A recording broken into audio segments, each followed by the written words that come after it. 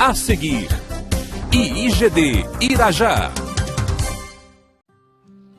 Romanos 12, versículo 2. Então vamos novamente aqui. Vamos de novo? E não vos conformeis com este mundo, mas transformai-vos pela renovação do vosso entendimento, para que experimenteis qual seja a boa, agradável e perfeita vontade de Deus. Às vezes o cristão, irmãos, ele quase que joga a bênção dele fora. A bênção está pertinho. Ele aceitou Jesus, ele é sincero, ele realmente quer comunhão com Deus, ele leva a palavra a sério, mas algumas partes ele não dá atenção. Isso acontece muito, irmãos, é um costume com a palavra. Nós temos de tomar um cuidado, é uma coisa que eu falo muito com o pessoal que faz a obra. Eu digo, nós temos de tomar um cuidado para não criarmos um costume com a palavra, mas termos assim, o que Deus fala como novidade. Por exemplo, eu leio um versículo, eu entendo, vamos lá, eu vou desfrutar dele, mas depois eu me familiarizo tanto com ele que eu já não dou mais aquela atenção. Isso acontece muito, irmãos. Se você parar para pensar, você vai ver que existe essa tendência no ser humano. Ele tem essa inclinação natural. O primeiro dia de emprego, aquele emprego tão desejado, que festa, que alegria. Procura essa alegria dali a 10 anos, vai. Procura. Acabou de casar, casou bonitinho, santidade. Caramba, namoro e noivado, saía faísca do coração. Chegar aquele dia, vai chegar aquele dia. Tá bom, passou a fase de lua de mel, passou um ano, passaram 2 anos, e agora? No início era assim, benzinho, e agora, ô meu bem. E dali mais um tempo, nem bem tem mais. Se não vigiar, os meus bens. Então o que acontece? Existe essa inclinação. O ser humano, ele não vigia para praticar o que Deus fala. Quer ver um exemplo? O Senhor Deus diz através de Pedro que o Senhor Deus fez um investimento em nós. Aí ele diz o que nós somos em Cristo. Aí ele diz, para andarmos em novidade de vida. Novidade de vida. Por que as pessoas levam para quinta-feira os problemas da quarta? Se encheu de problema na quarta-feira, na quinta-feira está mal-humorado, sai de perto dele. Tem gente numa empresa que fica assim, ó. Aí vamos lá, o chefe, ele tem uma secretária direto. E os outros vão à secretária. Mas alguns precisam ir direto ao chefe. Aí fica aquela filinha lá na porta. Quando a secretária abre, o chefe está rindo ou está entrufado? Ou seja, eu entro ou eu vou embora? Tem gente que vive desse jeito. Tem filhos que perguntam para a mãe, mamãe, como é que está o papai hoje? Ou seja, hoje ele é ovelha, hoje ele é bode. Por quê? Porque os problemas crescem dentro da pessoa. Às vezes o problema já é grande, irmãos. Mas se a pessoa alimentá-lo, ele vai crescer. Ele vai crescer. Ele vai crescer e ela não cresce na fé para derrotar o problema que está crescendo. Então atenta para isso. Nós temos de aprender a viver em novidade de vida. Ou seja, nos esvaziarmos dos problemas, deitarmos com a nossa cabeça no travesseiro, ali, buscando em Deus.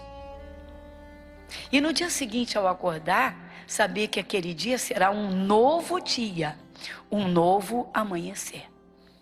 E que aquele dia pode ser uma bênção, porque as coisas velhas já passaram.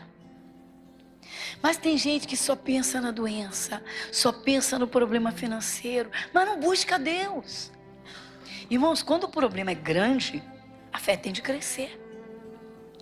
Mas se o coração ficar preso, a fé não cresce. Então Deus está dizendo, não se conforma com o mundo. O mundo é conformado, irmãos. Na verdade, o mundo é dominado pelo pecado, pelos erros, pela sujeira, mas também pelo sofrimento. O mundo é conformado. Quando você não era de Jesus, você estava numa sala esperando o médico te atender. Na antessala do consultório, todos estavam falando das suas doenças. Você já viu como cada um se gaba de ter mais doença que o outro? Sim ou não? Está um diabético falando com um diabético hipertenso. O diabético fala para o outro que não sabe mais o que fazer, que está desesperado. O outro falou, e você se conforma comigo, cara, porque eu não tenho só isso, eu tenho mais isso, mais isso, mais isso, mais isso. É que o meu problema é assim, assim, assim, que eu vivo assim, assim, assim. Vocês já viram? Eu estou te falando isso, porque quando meus filhos eram pequenininhos, eu não tinha Jesus. E, caramba, era exatamente isso. Quando alguém... A minha filha tinha um problema alimentar sério, como eu tive. Olha que coisa séria. E aí? E era uma luta. A digestão dela era um problema sério. Até conhecer Jesus foi batalha. E aí? Aí ficava na antessala do pediatra. Aí chegava uma manhã, meu filho não tem apetite. Falei, a senhora não tem apetite? A minha se comer passa mal. E tem isso, e tem isso, e tem... Era disputa para ver quem tinha mais doença. Disputa para ver quem sofria mais. Quem é que sofre mais? Mas como se fosse uma vantagem. Aí você abre a Bíblia, você vê o amor de Deus, Deus dizendo, não se conforma com isso não. Não se conforma. Você quer que a sua situação mude? Como? Busca de Deus que pode tudo, igreja. Fala para o teu irmão, busca Jesus de verdade. Diga, busca de verdade. Não vos conformeis com este mundo, não se conforme. Meu irmão, não se conforma com o pecado. Eu tenho orado pela minha família, glória a Deus. Tinha 2 alcoólatras na família. Pastora, graças a Deus, largaram a bebida, só estão fumando. Tá bom, não cai na rua de alcoolismo, mas pode ter um efizema pulmonar. Caramba, você começou a obra, vai até o fim, até a libertação total, até que eles se convertam. Vai para cumprir a palavra. Não tem promessa de Deus? Tu e tua casa? Então continua, permanece. Eu estou cansado. Você está cansado? O diabo não cansa, ele não tem corpo. Dá uma pausa. Gente, você já escutou alguém? Eu como pastor já escutei. Pastor, eu estou cansado de orar pela minha família, vou dar um tempo. Eu falei, o quê? Você vai dar um tempo? Sabe o que você vai fazer espiritualmente? Você vai dormir. Não, pastor, eu não vou. Você vai dormir. Enquanto você dormir, ou seja, você não estiver orando, não estiver com a sua lâmpada acesa, cheio de fé, profetizando sobre a sua família, abençoando sua família, orando pela sua família, o diabo está com o terreno livre. O terreno está livre. Quando você está orando, o poder de Deus está lá, o poder de Deus está lá. O diabo quem não consegue, ele tenta. Quantos de vocês já ouviram demônios aqui aos berros dizer, vou tirá-la daqui? Levanta a mão, quem já ouviu isso? Quantas vezes o demônio já berrou, vou tirar daqui? Por quê? Porque está ouvindo a palavra e está orando. Mas eu quero chegar, não posso, Ou seja, eu chego na tua porta, dou de cara com Jesus. Gente, essa é a realidade. Pastor, você não vê o mundo espiritual. Você vê sim com os olhos da fé, os olhos espirituais. Não se conforme com o mundo. Não se conforme com a desgraça. Não se conforme com o sofrimento. Não se conforme com o mundo. Jesus te tirou do mundo. Você foi tirado. Não vos conformeis com este mundo. Vamos de novo?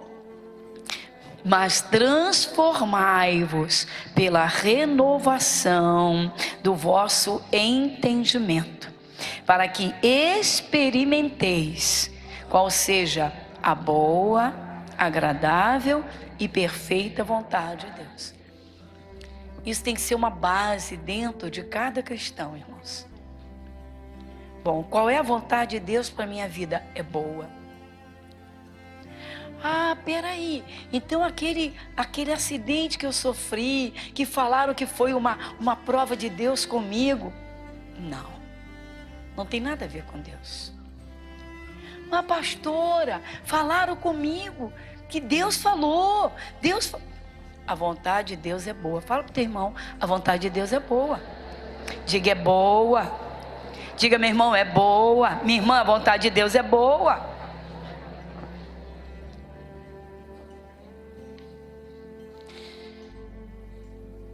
Há muitos anos atrás eu recebi também uma senhora que saiu, ela serviu a muitos espíritos. E essa senhora, ela teve um cargo muito importante numa multinacional. Ocupava um cargo privilegiado, ela tinha um cargo privilegiado. Só que, repentinamente, ela foi excluída do grupo, repentinamente foi demitida. E dali em diante ela não conseguiu mais nada. Irmãos, as portas se fecharam para ela em tudo. Para você ter uma ideia, ela chegou na nossa igreja depois de 11 anos parada, e ela disse assim: pastor, se eu quisesse trabalhar, eu queria, de doméstica, ninguém me dava emprego. Ela disse, várias vezes eu pensei em acabar com a minha vida, mas eu venho me arrastando. Ela disse, como eu tinha bens, eu fui desfazendo, vendendo. Bom, por fim, eu estou morando de favor. Olha que ponto chegou. Aí sabe o que ela disse para mim? Ela disse, eu ouvi muito falar dos seus cultos e me disseram para vir aqui, tal. E ela disse, eu só quero uma coisinha, que Deus me tire desse estado que eu estou. Se eu tenho direito aos retidos. Ela disse, nem isso eu consegui receber. Há 11 anos eu fui demitida, há 11 anos eu procuro emprego, todas as portas se fecharam, todas. Ela disse, eu só quero que Deus me tire dessa situação, que eu estou morando de favor com uma amiga. E a família dela, eu estou sendo um peso para a família dela. Eu percebo os olhares, eu escuto algumas coisas. Ela disse, eu estou me sentindo tão mal. Ela disse, eu quase acabei com a minha vida. E eu falei, Jesus veio para dar. Eu abri a Bíblia, eu falei, tal. Sabe o que ela falou para mim? Não, pastor, eu já não tenho ambição nenhuma. Se Deus me der um barraquinho. Peraí, não completei a frase. Na beira do rio. Coisa do diabo. E eu falei, um barraquinho.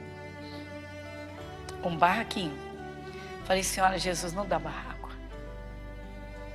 Ele com certeza quer que a senhora viva com dignidade. Na beira do rio, e quando tiver uma enchente? Aí ela levou na brincadeira e riu. Eu falei, eu não estou brincando, eu estou falando sério. Eu falei, senhora, bênção de Deus é bênção. A senhora tem que saber pedir. Sabe o que está faltando para a senhora? Conhecimento. Mas primeiro, sabe o que a senhora tem que fazer? Aceitar Jesus. Por quê? A senhora tem que sair dessas trevas. E a senhora precisa entrar literalmente no aconchego de Deus. E ela foi ouvindo. 3 meses depois, 3 meses. Não, Jesus não saiu abrindo porta de emprego, não. 3 meses saíram 2 causas na justiça, uma trabalhista e uma outra de alguma coisa. Irmãos, mudou a história da vida dessa senhora. Ela comprou uma casa de 3 andares. E sobrou muito dinheiro. Jesus lavou a alma dela. Você lê esse versículo de novo? E não vos conformeis com este mundo, mas transformai-vos pela renovação do vosso entendimento, para que experimenteis qual seja a boa, agradável e perfeita vontade de Deus. Às vezes, irmãos, nós achamos que conhecemos a vontade de Deus. Sim, a vontade de Deus está na sua palavra. Está expressa aqui, né? Quero ser curado, ser limpo. Você já sabe que Ele quer. Muito bem. Eu vim para que tenham vida e a tenham em abundância. Mas será que eu entendo o que é a vida abundante em Cristo Jesus? E tem gente que acha, me converti, glória a Deus, vou ficar rico, vou comprar meu iate, vou curtir minha vida, vou comprar uma fazendinha, fim de semana estou lá curtindo lá no mato. Aí Jesus vai dizer, e quando é que você vai me servir? O que você vai fazer para me servir? Então eu preciso entender qual é a perfeita vontade de Deus. A perfeita vontade de Deus é que você tenha vida plena, mas que você viva para Ele. Tudo é dele, por Ele e para Ele. A pior coisa que um cristão faz, irmãos, depois que se liberta dos demônios, dos sofrimentos, das doenças, é se encher do Espírito Santo e dizer, Senhor, usa-me. Senhor, usa-me. Não existe nada mais precioso do que ser um vaso cheio do Espírito de Deus. Uma coisa é estar suplicando a Deus pela sua presença. Outra coisa é você passar para as pessoas a unção que está em você. Igreja Internacional da Graça de Deus, Avenida Monsenhor Félix, 1120, Irajá.